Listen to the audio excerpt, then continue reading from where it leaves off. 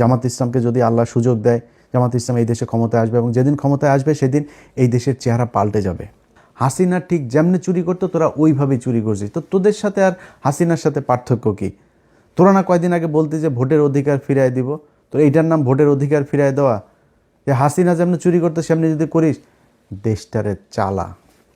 আমরা চাই, আল্লাহর কাছে দোয়া করি, একমাত্র যারে কিছু বলি নাই এখনো পর্যন্ত সেটা হলো তারেক রহমান। তারেক রহমানের প্রতি আমাদের 2 দিন আগের ভিডিওতে বলেছি যে ওনার প্রতি একটা প্রত্যাশা এই দেশের মানুষের এখনও আছে।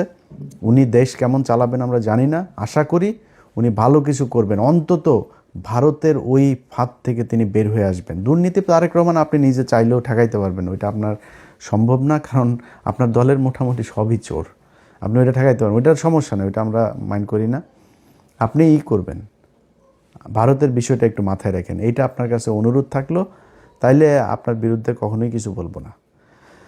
তো ওনাদের এই জায়গাগুলোর বিষয় নিয়ে আমাদের অনেক ছিল, চুরি টুরির এই বিষয়গুলো নিয়ে, যেগুলোর কারণেই আমরা আজকে সারাদিনই আপনার নির্বাচনের সারাদিনই আপনাদেরকে সেই জিনিসগুলো দেখিয়েছি। দেখানোর পরে সেটার কোনো প্রতিকার হয়নি, বরং নিয়ে আসা হয়েছে। তো চোরেদের জন্য শুভকামনা থাকলো। আপনারা 12 তারিখের পরে 13 তারিখ থেকে, আজকে সেই 13 তারিখ শুরু হয়েছে, আশা করি আজকে থেকে নিয়মিত আপনারা চাঁদাবাজি করবেন।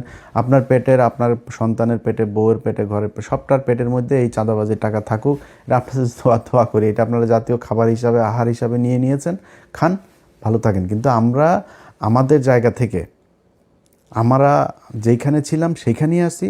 জামাত ইসলাম যদি পচে গলে গন্ধ হয়ে যায়, তাও এইটুকু জানি যে জামাত ইসলামের কোনো লোকের দিয়া, মানে হইতে পারে একটা জামাত ইসলামের লোক ওই একজনের আপনার পরকিয়া করতে গিয়ে ধরা পড়ে নাই, জামাত ইসলামের লোক খারাপ করতে মানে শয়তানে তারা ধরবে না, এটা করে।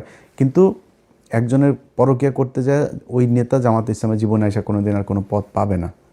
ধান্দাবাজি করবে, চাঁদাবাজি করবে, টেন্ডারের টাকা মারা খাবে, দলের টাকা মারা খাবে, সরকারের টাকা মারা খাবে, জীবনে কোনদিন দলে এসে সে চান্স পাবে না। শিবিরের কোনো ছেলে যা ইপটিজিং করেছে, কোনো মেয়ের সাথে যা, ইসলামী ছাত্রী সংস্থার এক মেয়ের সাথে যা প্রেম করেছে, দুইটাই বহিষ্কার দল থেকে, এটা সম্ভব না।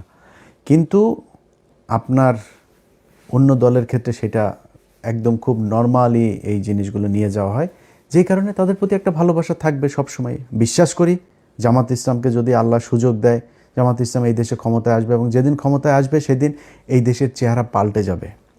এবং সেইটা বাংলাদেশের মানুষ এইবারই চেয়েছিল, হইতে দেওয়া হয় নাই। সময় আছে, সামনে হবে, না হইলেও সমস্যা নাই। যদি 10,000 বছর না হয় সমস্যা নাই তো। আমি কি মানে আমার চোখের সামনে আমি মানে জল জল করে আমার যদি আপনি দাঁড়িপাল্লার ধানের শীষ দাঁড় করায় দেন, হয়তো এখন যেভাবে বলি এভাবে বলতাম না, আমি জীবনে ভোট দিতাম নাকি ধানের শীষের। আমি মানে দুইটারে যদি আপনি এক জায়গায় আমার বলেন যে দুইটার কারে ভোট দিবা, আমি দিব। কারণ গত 1.5 বছরে তো আমরা দেখলাম আপনাদের প্রতি যেই ভালোবাসা ছিল, এই 1.5 বছরে আপনারা এত তাড়াতাড়ি যে অমানুষ হয়ে যাবেন, চাঁদাবাজ হয়ে যাবেন, এটা তো বুঝতে পারি নাই ভাই।